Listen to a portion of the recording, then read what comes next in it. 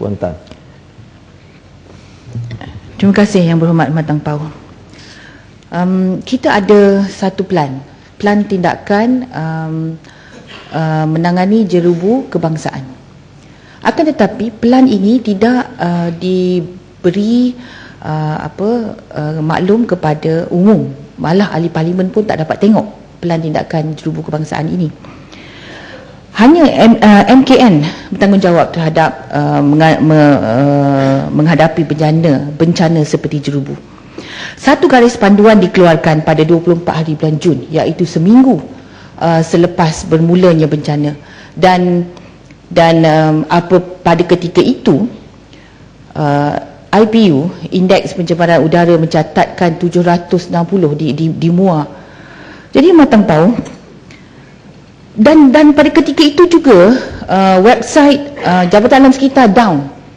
Orang ramai tak boleh nak tengok pun bagaimana bacaan dan apa yang harus dibuat. Kementerian Penerangan, TV, radio, surat khabar tak bagi tahu apa nak buat. Pelajar-pelajar pergi ke sekolah di Muar pada hari Jumaat. Pada ketika itu bacaan IPU indeks ialah 500. Sedangkan dalam garis panduan tindakan menghadapi darurat bencana jerubu yang dikeluarkan pada 24 hari bulan Jun, memberi garis panduan yang jelas.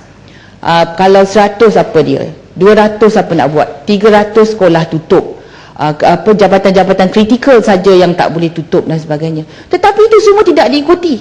Dan kemudian nak umum sekolah tutup pula, seharusnya Menteri Pelajaran pendidikan, tapi Menteri Kesihatan pula dah umum. Jadi macam cacar marba betul sistem ni. Sedangkan ianya jerubu ni berlaku tiap-tiap tahun. Macam haywire dengan izin. Tak ada langsung sistem SOP. Ada SOP tapi tak ikut. Jadi ini persoalan saya nak tanya Matang Pau, macam mana kita run the country macam ni? Terima kasih Kuantan, Muhammad Kuantan. Saya difahamkan dari peringkat kabinet ada jawatan kuasa pengurusan bencana negara. Sepatutnya mereka bertindak segera supaya ada penyelarasan. Namanya Menteri Alam Sekitar tak payah banyak bicara soal panda, tapi tumpu soal alam sekitar dalam keadaan begitu. Tapi dia punya tumpuan, jadi media pun besarkan soal panda dari negeri China.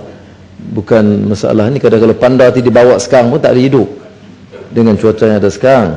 Tetapi yang disebut oleh Yang Kuantan itu tepat, kerana saya lihat memang saya tidak pertikai dan setuju dengan jawatan kuasa pengurusan bencana negara kerana mereka menyenaraikan langkah-langkah agak terperinci yang melibatkan banyak kementerian dan jabatan peringkat nasional, dan juga menyebut tentang langkah-langkah yang diambil oleh Menteri-Menteri Alam Sekitar, Menteri Sains Alam Sekitar sejak tahun 2002. Langkah-langkah yang diambil di peringkat negara dan juga peringkat ASEAN. Tapi malangnya, seperti mana kita tahu dalam kes ini, ada kesamaran dan tidak ada ketegasan dalam mengendalikan. Dan tentunya kelemahan paling besar ialah manakala dalam titah tuanku pun tidak dimasukkan, maknanya nyata tidak ada sense of urgency dalam menghadapi isu ini.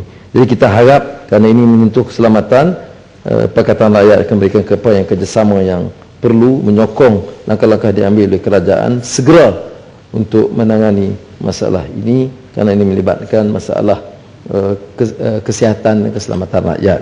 Cuma suatu hal yang memerlukan ketegasan negara berhubung dengan berlaku secara terus-menerus kebakaran meluas di Kalimantan dan kini di Sumatera.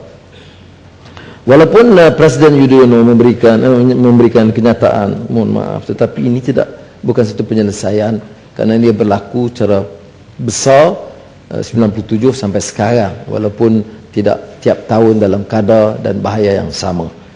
Saya mengesyorkan supaya kerajaan, khususnya peringkat Perdana Menteri, untuk bersedia memberikan pandangan dan cara tegas mengenali masalah ini, tapi bermula dengan ketegasan kita dalam menentukan syarikat-syarikat besar dari Malaysia juga tidak terlibat kalau seperti mana dituduh sekiranya benar. ada dalam media UMNO diusul, dia kata oleh kerana saya diundang bertemu dengan Yudhoyono, patut saya lah pergi jumpa. Saya belum jadi Perdana Menteri, sebaik-baiknya Perdana Menteri sekarang lah pergi. Media UMNO suruh saya pula.